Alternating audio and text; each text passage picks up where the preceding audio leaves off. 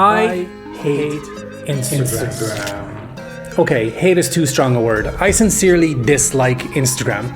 But since I found an app called Storrito, like Dorito but with an S, I find that I hate Instagram, or sincerely dislike Instagram, just a little bit less. You see, generally speaking, there are two types of Instagram user. The first type is someone who posts a picture of their food or a picture of their dog once a month, and that's totally fine. I've been that type of user. That's what I like to call the no pressure poster.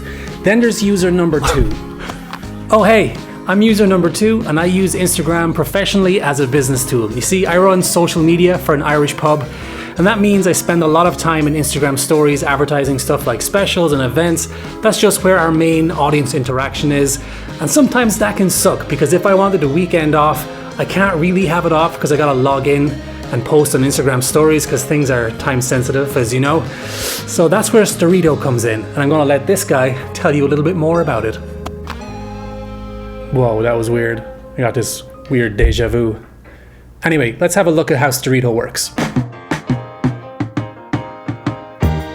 So here we are on our Storrito's homepage. Go ahead and click sign up and enter whichever email address you're comfortable using. Next up, it's going to open our interface, which gives us a couple of options. We can choose a file to upload, which we're going to do because I've already pre-made the story that I want to share today. I'm going to go ahead and click on choose file to upload.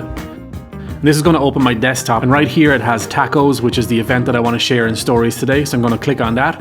Then back here in our interface under gallery, you're going to see the tacos post that I uploaded. I'm going to click on that, and it's going to bring up three options: post, schedule, edit, and templates. Right now we're going to focus on edit because I want to add a location tag and tag some of the bartenders so they can share it on their stories. So let's have a look at that. Now already this should be looking familiar to a lot of people because it's essentially Instagram stories on a desktop. I'm going to go ahead and find a location that I want to tag, which is the local Camarillo.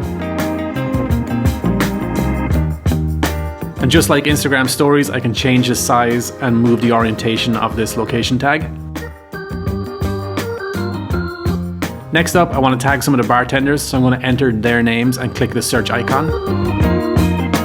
Something that I learned after I made this video was I can place the tags anywhere within inside this grayed out area.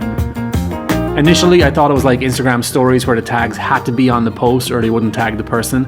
That's not the case for Storrito. As long as the posts are somewhere within this grayed out area, they're good.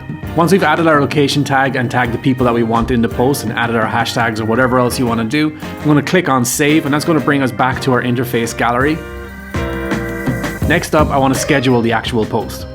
Click on post/schedule.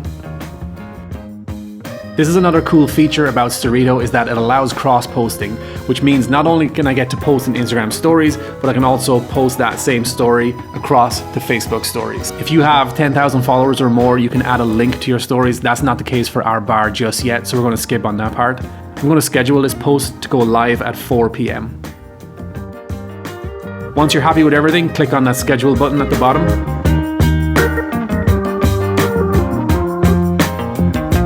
And that is essentially how we schedule our Instagram story posts with Storrito. If you want to make edits to these posts after the fact, you just got to log into your interface and hover over the story, and it'll give you those three options again to make the edits that you want to make.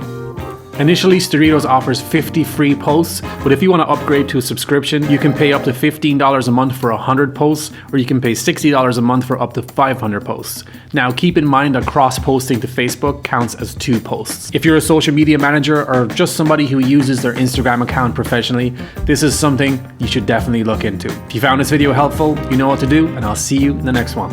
Peace.